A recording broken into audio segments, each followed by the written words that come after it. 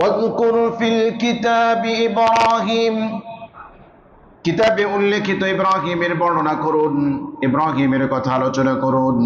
ইন্নাহু কানা সিদ্দীকান নাবিয়্যা, তিনি ছিলেন সত্য নবী, তিনি ছিলেন সিদ্দীক।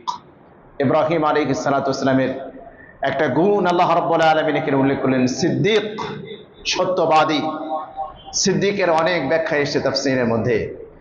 যারা আল্লাহর সিফাত, আল্লাহর তাওহীদ এগুলো বিশ্বাস করে, বিশ্বাস অনুযায়ী আমল করে, তাদেরকে সিদ্দীক বলা হয়। এই উম্মার মধ্যে সাহাবায়ে কেরাম রিদওয়ানুল্লাহি তাআলা আলাইহিম আজমাইন, তারা হলেন বড় সিদ্দীক। এদের মধ্য থেকে আবার সবচেয়ে বড় সিদ্দীক হলেন আবু বকর সিদ্দীক রাদিয়াল্লাহু তাআলা আনহু। এজন্য তাকে বলা হয় সিদ্দীক আকবর, সবচেয়ে বড় সিদ্দীক। ইব্রাহিম আলাইহিস সালাতু ওয়াস সালাম তার বাবাকে দাওয়াত দিবেন। إذ قال لأبيه يا أبت لم تعبد ما لا يسمع ولا يبصر ولا يغني عنك شيئا।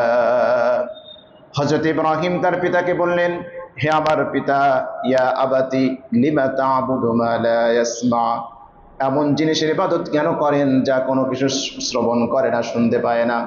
এমন জিনিসের ইবাদত কেন করেন? দেখুন, এর মধ্যে শিষ্টাচার আছে।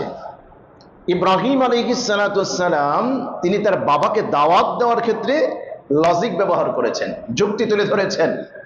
তিনি সরাসরি গিয়ে কিন্তু বাবাকে বলেন, বাবা আপনি গোমরা, আপনি পথভ্রষ্ট, আপনি ধ্বংস হয়ে গিয়েছেন, আপনি হালাক হয়ে গিয়েছেন, এগুলো বলেন নাই। তিনি বাবার ঘুমন্ত বিবেকটাকে জাগাতে চাচ্ছেন, জাগ্রত করতে চাচ্ছেন। লিমা তা'বুদু মা লা ইয়াসমা, কেন আপনি ইবাদত এমন জিনিসের করেন যে জিনিস শুনতে পায় না? যে জিনিস শুনতে পায় না সেটা তো ইবাদত পাওয়ার উপযুক্ত হতে পারে না, মাবুদ হতে পারে না, উপাস্য হতে পারে না। আপনি কেন এটার ইবাদত করেন? মা লা ইয়াসমা, এমন জিনিসের ইবাদত আপনি করেন যা কোনো কিছু শ্রবণ করে না। ওয়ালা ইউবসির, দেখতেও পায় না। ওয়ালা ইউগনি আনকা শাইআ, আপনার কোনো উপকারও করতে পারে না। তো এমন জিনিস যে শুনে না, যে দেখে না, যে আপনার কোনো উপকার করতে পারে না, অপকার করতে পারে না, এমনকি নাকের ডগায় মাছি বসে থাকলে মাছিটাও তাড়াতে পারে না। মূর্তির সামনে যে খাবারগুলো পেশ করা হয়, সে খাবার যদি মাছিতে খেয়ে ফেলে, খাবারগুলো রক্ষা করতে পারে? আল্লাহ রাব্বুল আলামিন চমৎকার ভাবে মূর্তির অসারতা তুলে ধরেছেন।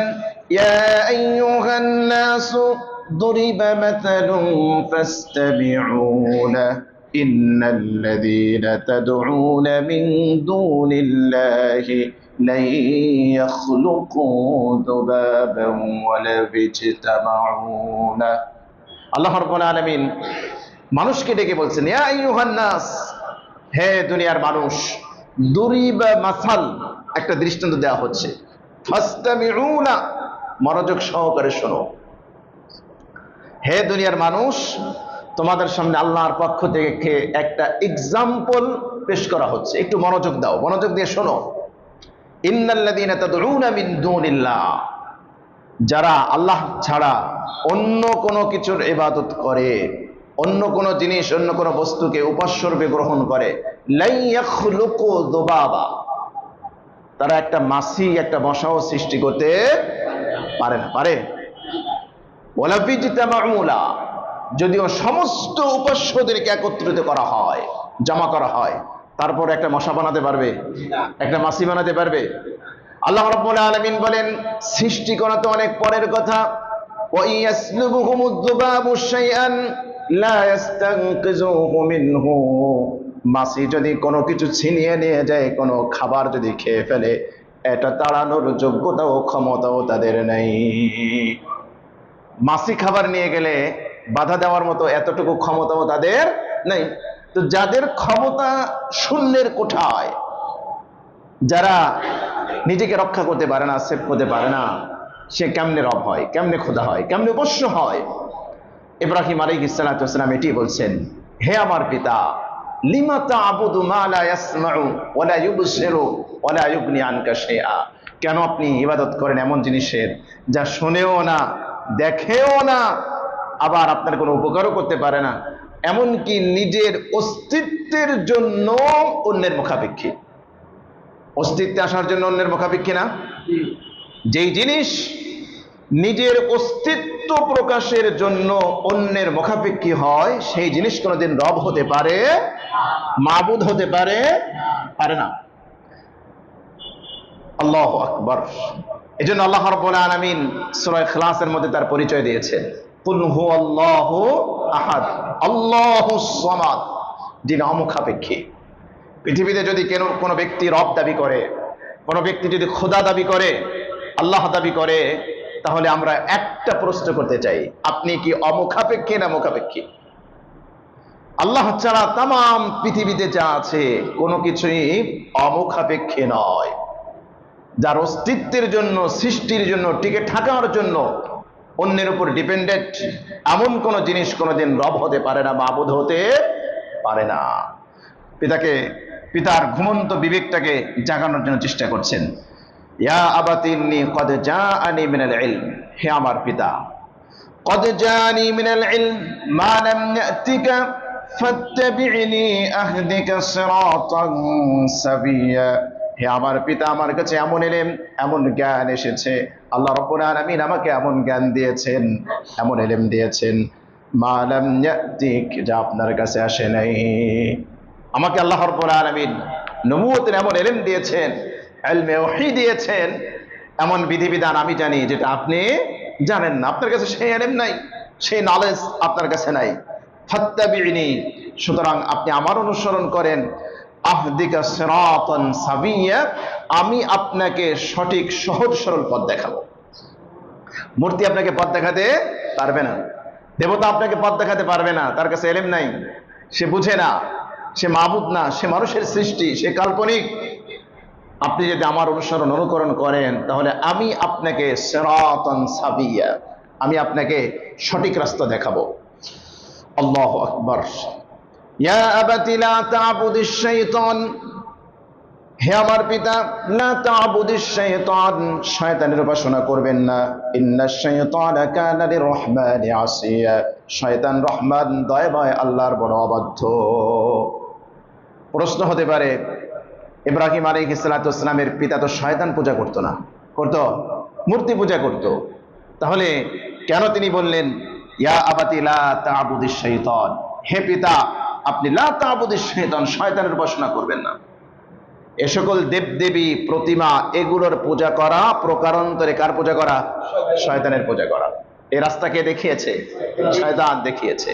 এ পথ কে দেখিয়েছে? শয়তান দেখিয়েছে। পৃথিবীতে মূর্তি পূজার সূচনা কিভাবে হয়েছে? সহিহ বুখারীতে লম্বা চওড়া হাদিস এসছে, আব্দুল্লাহ ইবনে আব্বাস রাদিয়াল্লাহু তাআলা আনহুমা থেকে বর্ণিত, কিভাবে পৃথিবীতে মূর্তি পূজার সূচনা হলো। হযরত নূহ আলাইহিস সালাতু ওয়াস সালাম, তিনি তার কওমকে যে দাওয়াত দিয়েছেন, আদম আলাইহিস সালাতু ওয়াস সালাম এবং নূহ আলাইহিস সালাতু ওয়াস সালাম, মাঝখানে ব্যবধান ছিল। মাঝখানে কি ছিল? ব্যবধান ছিল, লম্বা ব্যবধান ছিল। তো ওই সময় যে ভালো মানুষগুলো ছিল, যারা আল্লাহর প্রিয় বান্দা, আল্লাহর একনিষ্ঠ বান্দা, এবং যারা খুব আল্লাহর ওলি ছিল, এই সকল মানুষ যখন ধীরে ধীরে ধীরে ধীরে মৃত্যুবরণ করে, যখন ইলমে ওহী শূন্য হয়ে যায়, দেখুন গোটা পৃথিবী আজকে ইলমে ওহী, আসমানি ইলম উঠিয়ে দেওয়ার জন্য তাগুতি শক্তি, খোদাদ্রোহীরা, আল্লাহদ্রোহীরা তারা উঠে পড়ে লাগে। কেন? যতদিন পর্যন্ত আল্লাহর জমিনে ইলমে ওহী থাকবে, ততক্ষণ পর্যন্ত সামগ্রিকভাবে সমস্ত মানুষকে গোমরা করা যাবে না। সমস্ত মানুষকে কি করা যাবে না? গোমরা করা যাবে না, পথভ্রষ্ট করা যাবে না। এজন্য ওরা উঠে পড়ে লেগেছে যে পৃথিবী থেকে ইলমে ওহীর চর্চা, এটা কি করতে হবে? বন্ধ করে দিতে হবে। ইলমে ওহী যতদিন পর্যন্ত পৃথিবীতে থাকবে, ততদিন পর্যন্ত সমস্ত মানুষকে কখনোই গোমরা করা যাবে না। হযরত নূহ আলাইহিস সালাতু ওয়াস সালামের জামানার পূর্বের জামানায় বেশ কিছু ভালো মানুষ ছিল, যাদের নাম ছিল ওয়াদ, সুয়া, ইয়াগুস, ইয়াউক, নাসার, যেটা সূরা নূহের মধ্যে এসছে। নূহ আলাইহিস সালাতু ওয়াস সালাম তার কওমকে ডাকে আল্লাহর ইবাদতের দিকে, আর তারা কি বলে? অকালু লা তাযারুন্না আলিহাতাকুম, খবরদার তোমরা তোমাদের উপাস্যদেরকে ছাড়বে না, পরিত্যাগ করবে না। ওয়ালা তাযারুন্না ওয়াদ্দা, ওয়াদকে পরিত্যাগ করবে না, ওয়ালা সুআ সুআকে পরিত্যাগ করবে না, ওয়ালা ইয়াগুস ওয়া ইয়াউক ওয়া নাসরা ইয়াগুস ইয়াউক নাসর এদেরকে পরিত্যাগ করবে না। এখন প্রশ্ন হলো এরা কারা? আব্দুল্লাহ ইবনে আব্বাস রাদিয়াল্লাহু তাআলা আনহুমা বলেছেন, হযরত আদম আলাইহিস সালাতু ওয়াস সালামের মৃত্যুর পরে লম্বা যে ব্যবধান ছিল, এই মানুষগুলো ভালো মানুষ ছিল। যখন দীর্ঘ সময় চলে গিয়েছে, মানুষ যখন ইলমে ওহী থেকে দূরে সরতে অনেক দূরে সরে গিয়েছে, এক পর্যায়ে ইবলিস এসে বলে, এটা বুখারীর হাদিস, ইবলিস এসে বলে, আরে তোমরা কি করো? তোমরা তো তোমাদের পূর্বপুরুষদেরকে ভুলে যাবে, এজন্য এক কাজ করো, তোমরা তোমাদের পূর্বপুরুষের ভাস্কর্য তৈরি করো, স্মৃতিস্তম্ভ তৈরি করো। পৃথিবীতে মূর্তি পূজার সূচনা হয়েছে এই ভাস্কর্যের মাধ্যমে। পৃথিবীতে মূর্তি পূজার সূচনা হয়েছে এই স্তম্ভ, স্মৃতিস্তম্ভের মাধ্যমে। এক কাজ করো, এই ভালো মানুষ, এই যে যাদের নাম বললাম, তোমরা এক কাজ করো, ওয়াদ, সুয়া, ইয়াগুস, ইয়াউক, নাসর, এরা ভালো মানুষ, এদের কথা তো তোমাদের পরবর্তী প্রজন্ম ভুলে যাবে, জানবে না। তাদেরকে স্মৃতিময় করে রাখার জন্য এদের ভাস্কর্য বানাও। তখন এই মানুষগুলো ভাস্কর্য নির্মাণ করেছে, পাহাড়ের উপর রেখে দিয়েছে। এই প্রজন্ম চলে যাওয়ার পরে পরবর্তী প্রজন্ম যখন এসছে, শয়তান এসে ধোঁকা দিয়েছে, এসে বলে, আরে তোমরা তো নাদান, মূর্খ, অজ্ঞ। কেন, কি হয়েছে বস? তোমরা ঘরের ভিতরে থাকো, তোমরা রোদ বৃষ্টি ঝড়ে কষ্ট পাও না, কিন্তু তোমাদের পূর্বপুরুষ ভালো মানুষ ছিল, তাদের স্মৃতিস্তম্ভগুলো, ভাস্কর্যগুলো পাহাড়ের উপর রেখে দিয়েছ, তারা রোদে কষ্ট পায়, ঝড় বৃষ্টিতে কষ্ট পায়, শীতে কষ্ট পায়। তাহলে কি করতে হবে? এক কাজ করো, ওই স্মৃতিস্তম্ভ, ওই ভাস্কর্যগুলো ওখান থেকে নিয়ে আসো, এনে তোমরা তোমাদের ঘরের ভিতরে রাখো। আচ্ছা ঠিক আছে। প্রথমে ভাস্কর্য ছিল কোথায়? পাহাড়ে। কোথায় ছিল? পাহাড়ে। এরপরে আনা হয়েছে কোথায়? ঘরের মধ্যে। এই প্রজন্ম শেষ। পরবর্তী প্রজন্মের কাছে এসে বলে, এক কাজ করো, তোমাদের পূর্বপুরুষ যারা ভালো মানুষ ছিল, তাদেরকে যদি তোমরা তোমাদের ইবাদতখানায় রাখো, তাহলে এদেরকে দেখে দেখে আল্লাহর প্রতি ইবাদতে তোমাদের মনোযোগ বেশি বেড়ে যাবে। তোমরা চিন্তা করতে পারবা যে এরা যেভাবে আল্লাহর ইবাদত করেছে, আমাদের ওইভাবে ইবাদত করা দরকার। এজন্য তোমরা যেখানে আল্লাহর ইবাদত করো, ওইখানে এনে এদেরকে রাখো। ইবলিসের প্ল্যান দেখছেন, ফিউচার প্ল্যান, এভাবে পরিকল্পনা করেছে। আচ্ছা ঠিক আছে। তখন এই মানুষগুলো, তারা এদের স্মৃতিস্তম্ভগুলো, ভাস্কর্যগুলোকে ইবাদতখানায় ঢুকিয়েছে। এই প্রজন্ম যাওয়ার পরে পরবর্তী প্রজন্ম যখন ইলমে ওহীর চর্চা একেবারে বন্ধ হয়ে গিয়েছে, এবার ইবলিস এসে বলে, এক কাজ করো, তোমরা তো নাদান, তোমরা অজ্ঞ, মূর্খ, তোমাদের যারা আগে চলে গিয়েছে তারা তো এদেরই ইবাদত করতো, এরাই তো তোমাদের খোদা, এরাই তো তোমাদের প্রভু। আর তোমরা এমন প্রভুর ইবাদত করো যাকে দেখা যায় না, শোনা যায় না। আনসিন ইজ নাথিং, নাস্তিকদের কমন ডায়লগ, যা দেখা যায় না তা বিশ্বাস করি না। তো যা দেখা যায় না ওইরকম রবের ইবাদত করো, এরাই তোমাদের রব, এদেরকে তোমরা ইবাদত করো। মুসা আলাইহিস সালাতু ওয়াস সালামের সময় সামিরী যেভাবে গোমরা করেছিল তার কওমকে, যে মুসা তুর পাহাড়ে আল্লাহর সাক্ষাতে গিয়েছে, আরে এই গোবৎস, হাজা ইলাহুকুম ওয়া ইলাহু মুসা ফানাসি, এইটাই তোমাদের ইলাহ এবং মুসার ইলাহ, মুসা ভুলে গিয়েছে, এখন এক কাজ করো, এইটারই পূজা করো। কিভাবে সূক্ষ্মভাবে ইবলিস ধোঁকা দিয়েছে। এরপরে এই মানুষগুলো আল্লাহকে ভুলে গিয়ে ওয়াদ, সুয়া, ইয়াগুস, ইয়াউক, নাসর এদের পূজা শুরু করলো। এই হলো পৃথিবীতে সর্বপ্রথম মূর্তি পূজা শুরু হলো। তাহলে কার প্ররোচনায় হয়েছে? জোরে বলেন, কার? ইবলিসের। এই মূর্তি পূজার সূচনা এইভাবে পৃথিবীতে চালু হয়েছে। এরপরে আস্তে আস্তে পৃথিবীতে ছড়িয়ে গিয়েছে। নূহ আলাইহিস সালাতু ওয়াস সালাম যখন দাওয়াত দিচ্ছেন, এগুলো ছেড়ে দাও, এক আল্লাহর ইবাদত করো। আর তারা বলে, লা তাজারুন্না আলিহাতাকুম, খবরদার তোমরা তোমাদের ইলাহদের পরিত্যাগ করবা না। নূহ যতই বলুক, আল্লাহর দিকে ডাকুক, এগুলোই হচ্ছে তোমাদের রব, এরাই হচ্ছে তোমাদের উপাস্য, এদেরকে পরিত্যাগ করে তোমরা অন্য কোথাও যাবে না। এজন্য ইব্রাহিম আলাইহিস সালাতু ওয়াস সালাম বললেন, ইয়া আবাতি লা তা'বুদিশ শাইতান, হে আমার পিতা, শয়তানের ইবাদত করবেন না। মূর্তি পূজা করা মানে কার ইবাদত করা? কেননা মূর্তি পূজার পথ দেখিয়েছে কে? শয়তান। এ আবিষ্কার করেছে কে? শয়তান। এজন্য তিনি তার পিতাকে বলছে, শয়তান দয়াময় রহমানের বড় অবাধ্য। ইয়া আবাতি ইন্নী আখাফু আন ইয়ামাসসাকা আযাবুম মিনার রাহমানি ফাতাকুনা লিশ-শাইতানি ওয়ালিয়া, হে আমার পিতা, আমি আপনার ব্যাপারে আশঙ্কা করি যদি আপনি মূর্তি পূজা ত্যাগ না করেন আইয়ামাসসাকা আযাবুম মিনার রহমান, তাহলে রহমানের পক্ষ থেকে আযাব আপনাকে স্পর্শ করবে। ফাতাকুনা লিশ-শাইতানি ওয়ালিয়া, তাহলে তো আপনি শয়তানের বন্ধু হয়ে যাবেন। কার বন্ধু হয়ে যাবেন? শয়তানের বন্ধু হয়ে যাবেন। আল্লাহু আকবার। ইব্রাহিম আলাইহিস সালাতু ওয়াস সালাম পিতাকে আযাবের কথা কেন বললেন? ধরুন আপনার একজন গোলাম আছে, আপনার একজন কাজের লোক আছে, যেই কাজের লোককে খাবারের ব্যবস্থাটা আপনি করেন, জামা কাপড় আপনি দেন, মাস শেষে স্যালারি আপনি দেন, কিন্তু এই বেটা আপনার কাজটা করে না। আপনার একজন শত্রু আছে, তার কাজটা ঠিক মতো করে দেয়, বেতন দিবেন? কথা কয় না। এই ব্যক্তিকে আপনি বেতন চালিয়ে যাবেন কন্টিনিউয়াসলি, আপনি কি রাগ হবেন না খুশি হবেন? শাস্তি দিয়ে তাকে কি করবেন? তাড়িয়ে দিবেন। নেয়ামতদাতার নেয়ামতকে যখন অস্বীকার করা হয় তখন নেয়ামত প্রদানকারী ব্যক্তি সত্তা অসন্তুষ্ট হয়। এটা একটা চিরাচরিত নিয়ম। আমাদের জীবন দিয়েছেন কে? আল্লাহ। রিজিকের ব্যবস্থা করেন কে? আল্লাহ। আমাদের সুন্দর দেহ দিয়েছেন কে? আল্লাহ। বিবেক দিয়েছেন কে? আল্লাহ। এত চমৎকার ভাবে আল্লাহ রাব্বুল আলামিন আপনাকে সৃষ্টি করেছেন, এত চমৎকার করে আপনার চেহারাটা আল্লাহ পাক বানিয়েছেন, এত সুন্দর করে আপনার ললাট আল্লাহ পাক তৈরি করে দিয়েছেন কুদরতি হাতে। আর এই ললাট আল্লাহকে সিজদা না করে আপনি মূর্তির পায়ে গিয়ে সিজদা করবেন, আল্লাহ কি খুশি হবে না বেজার হবে? অবশ্যই কি হবে? অসন্তুষ্ট হয়ে যাবে।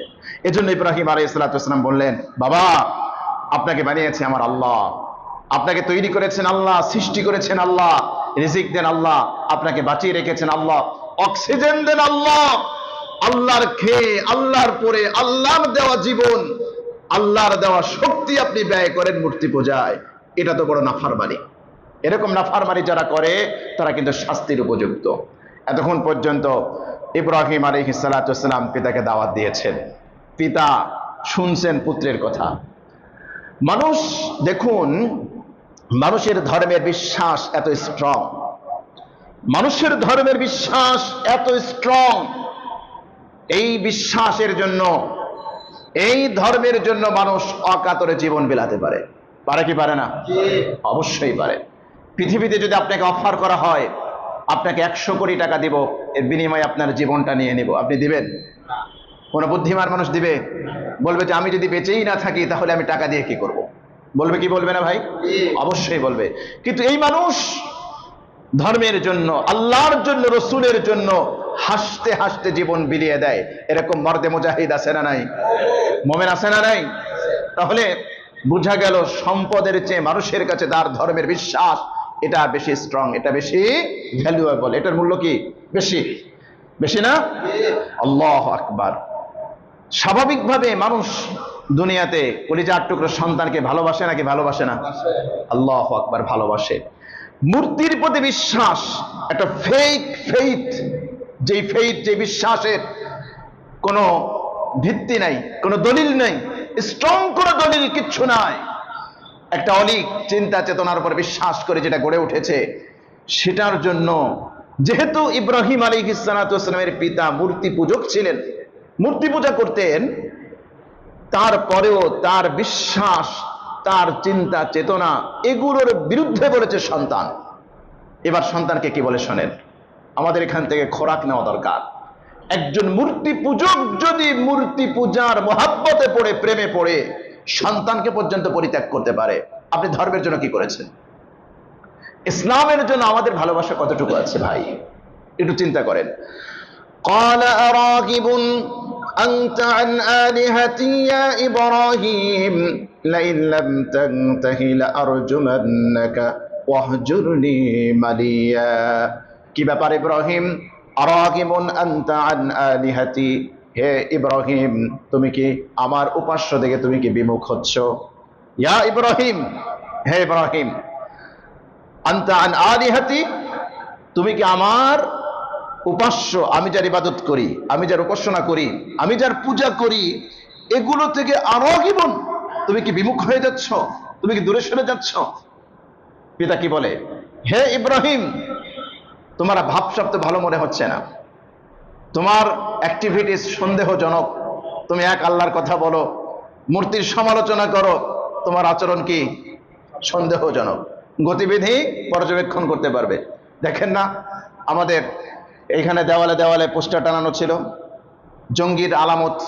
আপনার ছেলে 5 ওয়াক্ত নামাজ পড়ে কিনা, মসজিদে যায় কিনা, টাকনুর উপরে কাপড় পরে কিনা, সোশ্যাল শয়তানি চর্চা জাহালাত এগুলোকে বর্জন করে কিনা, গান বাদ্য এগুলো থেকে দূরে থাকে না। এগুলো দেখেন নাই আপনারা? দেওয়ালে দেওয়ালে টানানো দেখেন নাই যে এগুলো জঙ্গির আলামত? নাউজুবিল্লাহি মিন যালিক। টাকনুর উপরে কাপড় পরা আখির জামানার পয়গম্বর মুহাম্মদ রাসূলুল্লাহ সাল্লাল্লাহু আলাইহি ওয়াসাল্লামের সুন্নাহ, এটা ইসলামের বিধান। দাড়ি রাখা এটা ইসলামের বিধান, নামাজ পড়া ইসলামের বিধান। তার মানে ইসলামের সব বিধান। আরে রাষ্ট্রের তো ওই সন্তানকে পুরস্কৃত করা উচিত ছিল।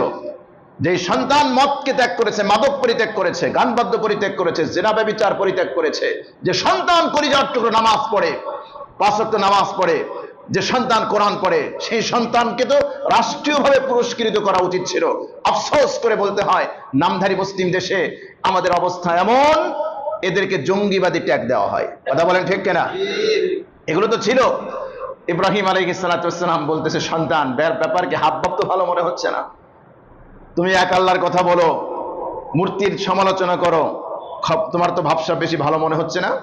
তুমি কি আমার দেবতা, আমার উপাস্য, আমার পূজনীয় বস্তু, এগুলো থেকে কি তুমি বিমুখ হচ্ছ?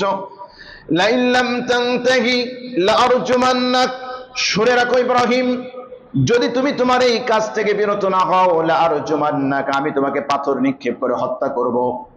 চিন্তা করতে পারেন কলিজার টুকরো সন্তানকে কি বলে? যদি মূর্তির সমালোচনা করো, লাআরজুমান্নাকা, আমি তোমাকে পাথর নিক্ষেপ করে আমি তোমাকে সঙ্গে সার করে দেব। তাহলে ধর্মের বিশ্বাস সন্তানের বিশ্বাস থেকে বেশি না কম? কথা কেন বুঝেননি আপনারা? ইব্রাহিম আলাইহিস সালাম শুধু বলছে মূর্তি খায়ও না, শোনেও না, দেখেও না, কথাও বলে না, আপনার কোনো উপকারও করতে পারে না, এতটুকুই তো বলছে নাকি? আর কিছু বলছে? এতটুকু বলছে না? এটা কি বাস্তব নাকি অবাস্তব? বাস্তব, বাস্তব কথা বলেছে। এতটুকু পর্যন্ত সে বরদাস্ত করে নাই। সন্তানকে বলছে লাআরজুমান্নাক, যদি তোমার এই কাজ থেকে বিরত না থাকো, লাআরজুমান্নাকা, আমি তোমাকে হত্যা করব। আজকের পৃথিবীতে খ্রিস্ট ধর্ম প্রচারের জন্য খ্রিস্টানদের যেই অ্যাক্টিভিটিস, তাদের যে ডোনেশন, রাষ্ট্রীয়ভাবে যেভাবে পৃষ্ঠপোষকতা, আজকে আফসোস মুসলমান, আমরা নামে শুধু মুসলমান, গরু খাওয়া মুসলমান, আমার ধর্ম গোল্লায় যাক, যাক, আমার কিছু যায় আসে না।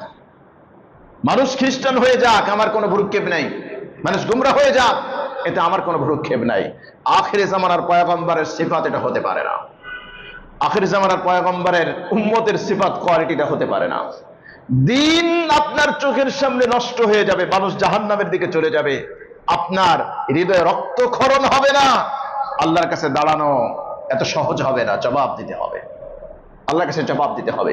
উম্মাহর জন্য দরদ থাকতে হবে অন্তরে।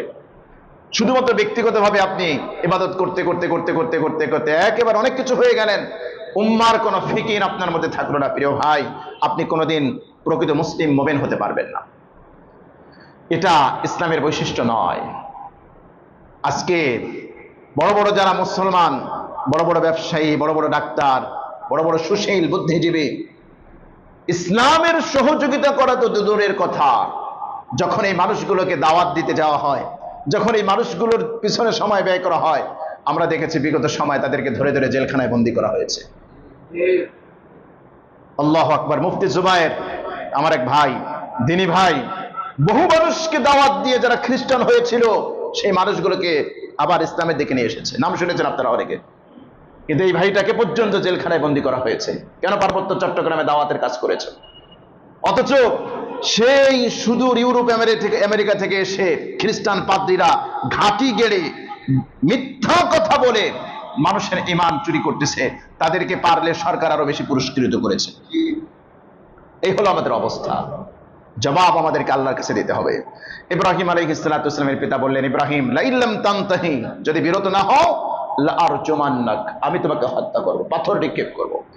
ওয়াহজুরনি মালিয়া, নতুবা আমার থেকে চিরতরে দূর হয়ে যাও, একেবারে আমার সাথে সম্পর্ক ছিন্ন করো, যেহেতু তুমি আমার ইলাহ, আমার উপাস্য, আমার দেবতার সমালোচনা করেছো, আমার দেবতা সম্পর্কে বাস্তব কথা বলে দিয়েছো, এজন্য তোমার সাথে আমার কোনো সম্পর্ক থাকতে পারে না। একজন মূর্তি পূজক পিতা যদি মূর্তির কারণে সন্তানের সাথে সম্পর্ক ছিন্ন করতে পারে, আপনি মুসলিম দাবি করেন, আল্লাহকে নিয়ে কটূক্তি করে, কোরআনকে নিয়ে কটূক্তি করে, রসুলকে নিয়ে কটূক্তি করে, আপনার ভিতরে বিন্দু মাত্র কোনো চেতনা জাগ্রত হয় না। কিসের মুসলমান আপনি? আপনার হৃদয়ে রক্তক্ষরণ হয় না, ভ্রুটা কুঞ্চিত হয় না, আপনার চেহারায় একটু চিন্তার ভাঁজও পড়ে না। কেমনে আপনি মুসলমান দাবি করবেন? কেমনে দাবি করবেন যে আপনি মুসলিম? কিভাবে করবেন বলেন? আমরা কিভাবে করব? চোখের সামনে আমরা এগুলো দেখছি অহরহ। আপনি উদার শাস্তে শাস্তে একেবারে দেউলিয়া হয়ে গিয়েছেন। একজন মূর্তি পূজক পিতা সন্তানকে বলতেছে মূর্তির কারণে তার উপাস্যদের ব্যাপারে কিছু কথা বলেছে, এজন্য খবরদার, অহজুরনি মালিয়া, দূর হ আমার থেকে, আমার চোখের সামনে থেকে দূর হ, আর কোনোদিন আমার কাছে আসবি না। আল্লাহু আকবার। ইব্রাহিম আলাইহিস সালাতু ওয়াস সালাম কি সম্পর্ক রেখেছেন?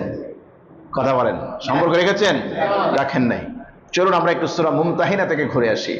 ইব্রাহিম আলাইহিস সালাতু ওয়াস সালাম যখন দাওয়াত দিলেন, পিতাকে বুঝালেন, কোনো কাজ হলো না। পিতা আরো উল্টা রিয়াকশন করছে, কয় না এটা হলবে, চলবে না, তুমি আমার থেকে দূর হও। আল্লাহ রাব্বুল আলামিন আমাদেরকে জানিয়ে দিচ্ছেন, কদ কানাত লাকুম উসওয়াতুন হাসানাতুন ফি ইব্রাহিম ওয়াল্লাযীনা মা'a। আল্লাহ রাব্বুল আলামিন ইব্রাহিম এবং তার সাথীদের মধ্যে তোমাদের জন্য আদর্শ রেখে দিয়েছেন। জোরে বলেন সুবহানাল্লাহ। উম্মতে মুহাম্মাদীকে আল্লাহ পাক বলছেন, কদ কানাত লাকুম উসওয়াতুন হাসানাতুন ফি ইব্রাহিম ওয়াল্লাযীনা মা'a। ইব্রাহিমের সাথী এবং ইব্রাহিমের মধ্যে আল্লাহ রাব্বুল আলামিন তোমাদের জন্য আদর্শ রেখে দিয়েছেন। আল্লাহু আকবার। যারা শিরিক করে, মূর্তি পূজা করে, এদের সাথে সম্পর্ক ছিন্ন করার ক্ষেত্রে ইব্রাহিম আলাইহিস সালাতু ওয়াস সালাম আমাদের জন্য আইডল, আমাদের জন্য কি উসওয়া, আমাদের জন্য আদর্শ। ইন ক্বালু লিকওমিহিম, ইব্রাহিম আলাইহিস সালাতু ওয়াস সালাম যখন দাওয়াত দিলেন, কোনো কাজ হয় না, বরং রিয়াকশন হয়। ইব্রাহিম আলাইহিস সালাতু ওয়াস সালাম তার কওমকে বলতেছে, ইন্না বুরাআউ মিনকুম ওয়া মিম্মা তা'বুদুনা মিন দুনিল্লাহ। শুনে রাখো, তোমাদের থেকে এবং তোমরা যার উপাসনা করো, পূজা করো, এদের সাথে আমাদের কোনো সম্পর্ক নাই। ঘোষণা কার? ইব্রাহিম আলাইহিস সালাতু ওয়াস সালামের। ঘোষণা কার? ইব্রাহিম আলাইহিস সালাতু ওয়াস সালাম। কিন্তু আপনার তো পিরিতে একদম উতলে পড়ে, আপনার যত পরকীয়া সব মুশরিকদের সাথে, আপনার যত প্রেম প্রীতি পরকীয়া সব মুশরিকদের সাথে। ইব্রাহিম আলাইহিস সালাতু ওয়াস সালামের মধ্যে আমাদের জন্য আদর্শ রয়েছে। আজকে মুসলিম মেয়েরা, মুসলিম তরুণীরা, তারা তাদের সতীত্ব মুশরিকদের কাছে গিয়ে বিসর্জন দিচ্ছে। নাউজুবিল্লাহ বলেন। কোথায় আত্মমর্যাদা, কোথায় গায়রত, কোথায় আমরা মুসলিম, আমাদের সন্তানরা মুশরিকদের সাথে গিয়ে, তাদের সাথে গিয়ে ইজ্জত সম্ভ্রম সব বিসর্জন দিচ্ছে, অথচ বাবা মা হয়ে আমাদের ভিতরে কোনো ভ্রুক্ষেপ নাই। দেখেন না কয়েকদিন পর পর চিত্র একটা সামনে আসে, কিভাবে চক্রান্ত করে, কখনো প্রয়োজনে ব্ল্যাক ম্যাজিক, কখনো ব্ল্যাকমেইল, যা করা দরকার তাই করে মুসলিম তরুণীদেরকে তারা কনভার্টেড করতেছে, তারা ধর্মান্তরিত করতেছে, তারা নিয়ে পতিতালায় বিক্রি করে দিচ্ছে, তারা নিয়ে তারা জোরপূর্বক সেখানে ধর্মান্তরিত করছে। এগুলো তো অহরহ আমাদের চোখের সামনে ঘটছে। আল্লাহ আমাদের এই উম্মাহকে হেফাজত করুন, বলুন আমিন। ইব্রাহিম আলাইহিস সালাতু ওয়াস সালামের মধ্যে আল্লাহ পাক আমাদের জন্য আদর্শ রেখে দিয়েছেন। ইব্রাহিম আলাইহিস সালাতু ওয়াস সালাম কি বলেছেন? ইজ ক্বালু লিকওমিহিম ইন্না বুরাআউ মিনকুম ওয়া মিম্মা তা'বুদুনা মিন দুনিল্লাহ। তোমাদের সাথে এবং তোমরা যার উপাসনা করো, পূজা করো, এদের সাথে আমাদের কোনো সম্পর্ক নাই, কোনো সম্পর্ক নাই। কাফারনা বিকুম, ইব্রাহিম আলাইহিস সালাতু ওয়াস সালাম বললেন, কাফারনা বিকুম, অস্বীকার করলাম, তোমরা যে সম্পর্ক স্থাপন করেছো মূর্তির সাথে, আমরা এগুলোকে অস্বীকার করলাম। আমরাও ঘোষণা দিতে চাই, শিরিকের সাথে আমাদের কোনো সম্পর্ক নাই। যারা বলেন কোনো সম্পর্ক নাই, শিরিকের সাথে আমাদের কোনো আপোষ নাই, আমাদের কোনো সম্পর্ক নেই। কাফারনা বিকুম ওয়া বাদা বাইনানা ওয়া বাইনাকুমুল আদাওয়াতু ওয়াল বাগদাউ আবাদান হাত্তা তু'মিনু বিল্লাহি ওয়াহদা। আল্লাহ রাব্বুল আলামিন জানিয়ে দিচ্ছেন, ইব্রাহিম আলাইহিস সালাতু ওয়াস সালাম দ্বার্থহীন ভাষায় ঘোষণা দিলেন, শুনে রাখো, শিরিকের সাথে ঈমানের দ্বন্দ্ব আছে না নাই? আছে। তাওহীদের সাথে শিরিকের সংঘাত আছে না নাই? আছে, আছে। ওরা চায় দ্বন্দ্ব মিটিয়ে ফেলতে, এটা কোনোদিন সম্ভব নয়। রাত আর দিনকে একত্রিত হওয়া সম্ভব? রাত আর দিন এক হওয়া সম্ভব? রাত আসলে দিনের অস্তিত্ব বিলীন হবে, দিনের আগমন ঘটলে রাতের অস্তিত্ব বিলীন হবে। সুতরাং শিরিক আসলে ঈমান ধ্বংস হবে, খালেস তাওহীদ থাকলে সেখানে শিরিক থাকতে পারে না। কথা একেবারে স্পষ্ট। যেখানে খালেস তাওহীদ আছে ওইখানে শিরিক থাকতে পারে না, যেখানে শিরিক আছে ওখানে ঈমান থাকতে, তাওহীদ থাকতে পারে না। এটা ভালো করে মনে রাখবেন। এজন্য ইব্রাহিম আলাইহিস সালাতু ওয়াস সালাম বললেন, কাফারনা বিকুম, অস্বীকার করলাম, ওয়াবাদা বাইনানা ওয়া বাইনাকুমুল আদাওয়াতু ওয়াল বাগদা, তোমাদের সাথে আমাদের শত্রুতা চলতে থাকবে। কোন পর্যন্ত? হাত্তা তুমিনু বিল্লাহি ওয়াহদা, যতক্ষণ না পর্যন্ত তোমরা এক আল্লাহর প্রতি ঈমান না আনবে। শিরিক যতক্ষণ পর্যন্ত না ছাড়বে, মূর্তি পূজা যতক্ষণ পর্যন্ত না ছাড়বে, ততক্ষণ পর্যন্ত তোমাদের সাথে আমাদের বন্ধুত্ব হতে পারে। আল ওয়ালা ওয়াল বারা ইসলামের গুরুত্বপূর্ণ একটি পরিভাষা, মনে রাখবেন এটা। সম্পর্ক কার সাথে রাখবেন, সম্পর্ক কার সাথে ছিন্ন করবেন। আল ওয়ালা আল বারা, এটাকে বলা হয় শত্রুতা এবং বন্ধুত্বের নীতিমালা। বদরের যুদ্ধের পরে হযরত আবু বকর সিদ্দিক রাদিয়াল্লাহু তাআলা আনহু মদিনায় বসে আছেন। সন্তান আব্দুর রহমান তখন ইসলাম গ্রহণ করে নাই, বদরের যুদ্ধে এসেছে কাফেরদের পক্ষে লড়াই করতে। পরবর্তীতে যখন ইসলাম গ্রহণ করলো, একদিন পিতার সাথে খোশ গল্পে মত্ত সন্তান, বাবা আর পুত্র, পিতা পুত্র গল্প করতেছে। সন্তান বলতেছে, বাবা, বদরের যুদ্ধে আপনি আমার তরবারির নাগালে চলে এসেছিলেন, কিন্তু আপনি যেহেতু আমার পিতা এজন্য আমি আপনাকে আঘাত করি নাই। সিদ্দিক আকবর হুঙ্কার মেরে বললেন, পুত্র আমার শোনো, আল্লাহর কসম করে বলি, যদি তুমি আমার তরবারির আয়ত্তে চলে আসতে, তুমি যদি আমার তরবারির নাগালে চলে আসতে, আমি অন্যকে হত্যা করার আগে সর্বপ্রথম তোমাকেই হত্যা করতাম। আল্লাহু আকবার। কেন? তুমি লড়াই করতে এসেছো শিরিকের পক্ষে, আর আমি ছিলাম ঈমানের পক্ষে। তুমি এসেছো পত্তলিকদের পক্ষে, আমি ছিলাম আখিরি জামানার পয়গম্বর মুহাম্মদ রাসূলুল্লাহ সাল্লাল্লাহু আলাইহি ওয়াসাল্লামের পক্ষে। কাজেই ওই জায়গায় তোমার সাথে আমার কোনো পীড়িত, কোনো আপোষ, এটা চলতে পারে না। ইব্রাহিম আলাইহিস সালাতু ওয়াসসালাম বললেন, পিতা যখন বললেন, ওয়াহজুরনি মালিয়া, ভাগো এখান থেকে, আমার চোখের সামনে থেকে দূর হও। যদি মূর্তি পূজা না করো, যদি মূর্তির সাথে তোমার সখ্যতা করে না তোলো, ইবাদত যদি না করো, ওয়াহজুরনি মালিয়া, চলে যাও আমার কাছ থেকে, দূর হয়ে যাও। ক্বালা সালামুন আলাইক, ইব্রাহিম আলাইহিস সালাতু ওয়াসসালাম বললেন, ওকে ঠিক আছে, সালামুন আলাইকা, আপনার প্রতি শান্তি বর্ষিত হোক। সাস্তাগফিরু লাকা রাব্বি, তবে আমি আপনার জন্য আল্লাহর কাছে ক্ষমা প্রার্থনা করব। আল্লাহর কাছে কি করব? ক্ষমা প্রার্থনা করব। ইন্নাহু কানা বি হাফিয়া, আমার রব আমার প্রতি দয়াশীল, তিনি আমার প্রার্থনা কবুল করবেন। ইব্রাহিম আলাইহিস সালাতু ওয়াসসালাম, এই আয়াতের দুটো ব্যাখ্যা। মুশরিকদের জন্য ক্ষমা প্রার্থনা করা যাবে কিনা? ইসলামের বিধান হচ্ছে কোন মুশরিক মারা গেলে তার জন্য ক্ষমা প্রার্থনা করা যাবে? যাবে? কোন বেঈমান কাফের মুশরিক মারা গেলে, কবি দোস্ত ওপারে গিয়ে ভালো থাকিস, এটা বলা যাবে? নো, যাবে না। কোন মুশরিক যদি মারা যায়, কোন কাফের যদি মারা যায়, কুফরের উপর তার মৃত্যু হয়েছে, শিরকের উপর মৃত্যু হয়েছে, তার জন্য বলা যাবে না, দোস্ত স্বর্গে ভালো থাকিস, তোকে আল্লাহ স্বর্গ দান করুক, এটা বলা যাবে? নো, এটা যাবে না। জীবদ্দশায় আপনি তার জন্য হিদায়াতের দোয়া করতে পারবেন, আল্লাহ আপনি আমার বন্ধুকে হিদায়াত দেন, আল্লাহ অমুক ব্যক্তিকে আপনি হিদায়াত দেন, এই দোয়া করা যাবে। কোন বন্ধু যদি অসুস্থ হয়, অমুসলিমও, তার সুস্থতার জন্য দোয়া করা যাবে। কিন্তু মৃত্যু হয়েছে শিরকের উপরে, মৃত্যু হয়েছে কুফরের উপরে, এর জন্য মাগফিরাত করা যাবে। কোরআন স্পষ্ট আল্লাহ পাক জানিয়ে দিয়েছেন, মা কানা লিন-নবী ওয়াল্লাযীনা আমানু আন ইস্তাগফিরু লিল-মুশরিকিনা ওয়ালাউ কানু উলি কুরবা মিন বা'দি মা তাবায়্যানা লাহুম আন্নাহুম আসহাবুল জাহিম। আল্লাহ বলেন, কোন নবী কোন মুমিনদের জন্য জায়েজ নেই যে সে কোনো মুশরিকের জন্য ক্ষমা প্রার্থনা করবে, যদিও সেই মুশরিক তার নিকট আত্মীয় হোক না কেন। মুশরিক ছেলে ইসলাম গ্রহণ করেছে, বাবার মৃত্যু হয়েছে শিরকের উপরে, এই সন্তান, এই ছেলে, এই বাবার মৃত্যুর পরে তার জন্য মাগফিরাতের দোয়া করতে পারবে না। কোরআন স্পষ্ট বলেছে, কোন নবী কোন মুমিনের জন্য এটা বৈধ নয়। ওয়ালাউ কানু উলি কুরবা, যদিও সে নিকট আত্মীয় হয়, হোক বাবা, হোক মা, হোক ভাই, যে কেউ হোক না কেন, যদি কেউ শিরিক এবং কুফরের উপরে মৃত্যুবরণ করে, তার জন্য ক্ষমা প্রার্থনা করা যাবে না। তো ইব্রাহিম আলাইহিস সালাতু ওয়াসসালামের আয়াতের ব্যাখ্যা দুইটা হবে। এক নম্বর হলো, এইটা নিষেধাজ্ঞার আগে ইব্রাহিম আলাইহিস সালাতু ওয়াসসালাম তখনও জানতেন না যে মুশরিকদের জন্য ক্ষমা প্রার্থনা করা যাবে না। একটা ব্যাখ্যা, তবে গ্রহণযোগ্য ব্যাখ্যা যেটা দেখলাম সেটা হলো সাস্তাগফিরু লাকা রব্বি, এর অর্থ হবে যে আমি আপনার জন্য আল্লাহর কাছে হেদায়েত চাইব, আল্লাহর কাছে হেদায়েত কামনা করব, আল্লাহ যেন আপনাকে হেদায়েত দেয়। আর কোন ব্যক্তি যদি হেদায়েত পেয়ে যায়, এই হেদায়েত হলো তার ক্ষমা পাওয়ার কারণ। কোন ব্যক্তি যদি হেদায়েত পেয়ে যায়, এটা তার কি হয়? ক্ষমা প্রাপ্তির কারণ হয়। এটা একটা ব্যাখ্যা এসছে। তো ইব্রাহিম আলাইহিস সালাতু ওয়াস সালাম বলেন সালামুন আলাইক, আপনার উপর শান্তি বর্ষিত হোক। এটা একটা শিষ্টাচার, একটা বিনয়। ইব্রাহিম আলাইহিস সালাতু ওয়াস সালাম পাল্টা কোনো কথা বললেন না, প্রতিঘাত করলেন না, তিনি বললেন সালামুন আলাইকা। এটা আমাদের জন্য শিক্ষা। আপনি কোনো জাহেল, কোনো অজ্ঞ, কোনো মূর্খ, কোনো বেয়াদব এর সাথে আপনি তর্কে জড়াবেন না।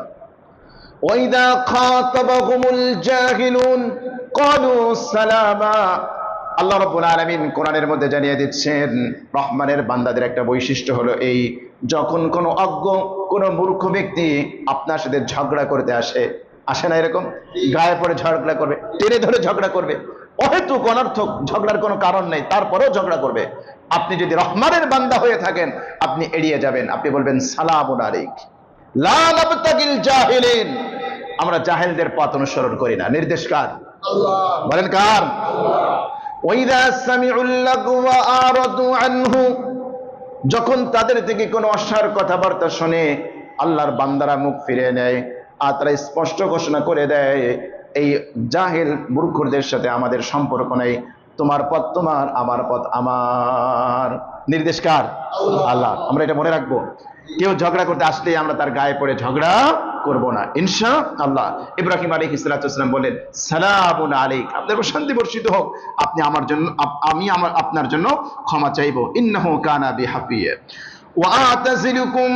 শুনে রাখো বাবা, তুমি যদি বলতে পারো ওয়াহজুরনি বানিয়া, চিরতরে আমার থেকে দূর হয়ে যাও, একটা মূর্তির প্রেমে পড়ে মূর্তি পূজা করে সন্তানকে যদি অস্বীকার করতে পারো, আমি আমার রব, আমার আল্লাহর মহাব্বতে তোমার মতো হাজার পিতাকে আমি তালাক দিতে পারি। আল্লাহু আকবার। ইব্রাহিম আলাইহিস সালাতু ওয়াস সালাম কি বলে? ওয়া আতাজিলুকুম, আমি তোমাদেরকে বয়কট করলাম, আজ থেকে তোমাদের সাথে আমার কোনো সম্পর্ক নাই। ওয়া মা তাদউনা মিন দুনিল্লাহ, শুধু তোমাদেরই বর্জন করলাম না, তোমরা যার ইবাদত করো এদের সব কিছুকে আমি পরিত্যাগ করলাম। ওয়া আতাজিলুকুম ওয়া মা তাদউনা মিন দুনিল্লাহ ওয়া আদউ রাব্বি, তোমরা তোমাদের মূর্তিকে ডাকো, সমস্যা নাই। আদউ রাব্বি, আমি কাকে ডাকবো? আল্লাহ। আমরা কাকে ডাকবো? আল্লাহকে। আসা আল্লা আকুনা বিদুআই রাব্বি শাকিয়া, আমি আশা করি যে আল্লাহ রাব্বুল আলামিন, আমার রবকে ডেকে আমি কখনো দুর্ভাগা হব না, হতভাগা হব না। আল্লাহকে ডেকে কেউ হতভাগা হয়? নো, হয় না। ইব্রাহিম আলাইহিস সালাতু ওয়াস সালাম চমৎকার ভাষা ব্যবহার করেছেন, আসা আল্লাহ কুনা বিদুআই রাব্বি শাকিয়া, আমি এটা বিশ্বাস করি যে আমার রবকে ডেকে আমি হতভাগা হব না। আল্লাহ রাব্বুল আলামিনের মহব্বতে যখন পিতাকে ত্যাগ করছে, ইব্রাহিম আলাইহিস সালাতু ওয়াস সালাম কার মহব্বতে পিতাকে ত্যাগ করছে? বলেন কার মহব্বতে? আপনি ইসলামের জন্য, দ্বীনের জন্য কুরবানি করবেন আর আল্লাহ রাব্বুল আলামিন আপনাকে বেনিফিট দিবে না, এটা হতেই পারে? ইব্রাহিম আলাইহিস সালাতু ওয়াস সালামের সন্তান হতো না, যেহেতু দ্বীনের জন্য, ইসলামের জন্য, ঈমানের জন্য নিজের কওমকে ত্যাগ করেছে, বাবাকে ত্যাগ করেছে, হিজরত করে তিনি চলে গিয়েছেন অন্যত্র। আল্লাহ রাব্বুল আলামিন জানাচ্ছেন, ফালাম্মা আতাযালাহুম ওয়া মা ইয়াবুদুনা মিন দুনিল্লাহ, ইব্রাহিম আলাইহিস সালাতু ওয়াস সালাম যখন তার কওমকে, তার বাবাকে পরিত্যাগ করলেন, এমনকি সমস্ত দেবদেবী মূর্তিগুলোকে পরিত্যাগ করলেন, আল্লাহ বলেন ওয়াহাবনা লাহু ইসহাক ওয়া ইয়াকুব ওয়া কুল্লান জাআলনা নাবিয়্যা, আমি রব্বুল আলামিন ইব্রাহিমকে ইসহাক এবং ইয়াকুব নামে দুই সন্তান দান করলাম। সুবহানাল্লাহ, সুবহানাল্লাহ। ছাড়ছে কারে? পিতাকে। আল্লাহ রাব্বুল আলামিন বলেন সন্তান দিয়েছেন কয়টা? শুধু সন্তান দেন নাই, অকুল্লান জাআলনা নাবিয়্যা, রব্বানের আমি প্রত্যেককেই নবুয়তের সম্মানে আমি সম্মানিত করে দিয়েছি। সুবহানাল্লাহ, সুবহানাল্লাহ। এমন সন্তান দিয়েছি যে সন্তানকে আমি কি দিয়েছি? নবুয়ত দিয়েছি।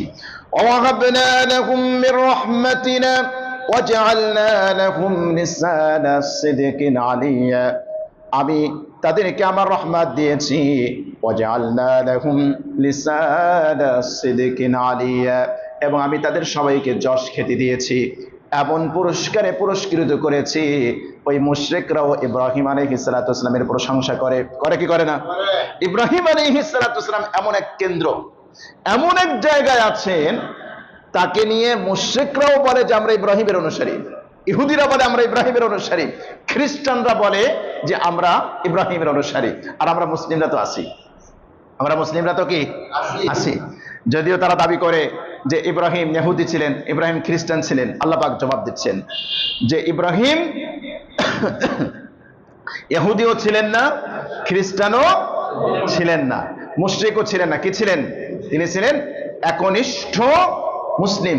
তিনি কি ছিলেন বলেন? একনিষ্ঠ মুসলিম। ইব্রাহিম আলাইহিস সালাতু ওয়াস সালাম তিনি একনিষ্ঠ মুসলিম ছিলেন। আল্লাহ কোরআনে জানিয়ে দিচ্ছেন, মা কানা ইব্রাহিমু ইহুদিয়্যান ওয়ালা নাসরানিয়্যা, ইব্রাহিম আলাইহিস সালাতু ওয়াস সালাম ইহুদিও ছিলেন না, ওয়ালা নাসরানিয়্যা, নাসারাও ছিলেন না, খ্রিস্টানও ছিলেন না, ওয়ালাকিন কানা হানিফাম মুসলিমা, তিনি ছিলেন একনিষ্ঠ মুসলিম। কি ছিলেন? কথা বলেন, একনিষ্ঠ মুসলিম ছিলেন। ওমা কানা মিনাল মুশরিকিন, তিনি মুশরিকও ছিলেন না। ইব্রাহিম আলাইহিস সালাতু ওয়াস সালাম ইহুদি হবেন কেমনে? ইহুদিবাদ তো জন্ম হয়েছে তার অনেক পরে, কথা কয় না? ইব্রাহিম আলাইহিস সালাতু ওয়াস সালামের এক ছেলের নাম হলো কি?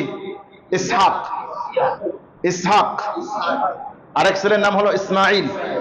ইসমাইল আলাইহিস সালাতু ওয়াস সালামের বংশধর আরবে চলে গিয়েছে, সেখান থেকে মুহাম্মদুর রাসূলুল্লাহ সাল্লাল্লাহু আলাইহি সাল্লাম। ইসহাকের ছেলের নাম হলো কি? ইয়াকুব। ইয়াকুব আলাইহিস সালাতু ওয়াস সালামের 12 ছেলে, বড় ছেলের নাম হলো কি? ইহুদা। কি নাম? সেখান থেকে আসছে কি? ইহুদি। তাহলে ইব্রাহিম আলাইহিস সালাতু ওয়াস সালামের সময় ইহুদিবাদ ছিল? তার ছেলের ছেলের ছেলে, সেখান থেকে আসছে কি? ইহুদিবাদ। ঈসা আলাইহিস সালাতু ওয়াস সালামের জন্ম হয়েছে অনেক পরে। ঈসা আলাইহিস সালাতু ওয়াস সালামের জন্ম হয়েছে অনেক পরে। তাহলে ওই সময় তো ইহুদিবাদও ছিল না, খ্রিস্টবাদও ছিল না। তো যেই মতবাদই ছিল না, ইব্রাহিম আলাইহিস সালাতু ওয়াস সালাম কেমনে ইহুদি হয় আর কেমনে নাসারা হয়? কথা বোঝেন নাই? এজন্য আল্লাহ পাক বলছেন ইব্রাহিম আলাইহিস সালাতু ওয়াস সালাম ইহুদিও ছিলেন না, খ্রিস্টানও ছিলেন না, তিনি মুশরিকও ছিলেন না, ওয়ালাকিন কানা হানিফাম মুসলিমা, তিনি ছিলেন একনিষ্ঠ মুসলিম। আল্লাহ পাকের কাছে দোয়া করে আল্লাহ রব্বুল আলামিন যেন আমাদের সবাইকে একনিষ্ঠ মুসলিম হওয়ার তৌফিক দান করেন। আমিন।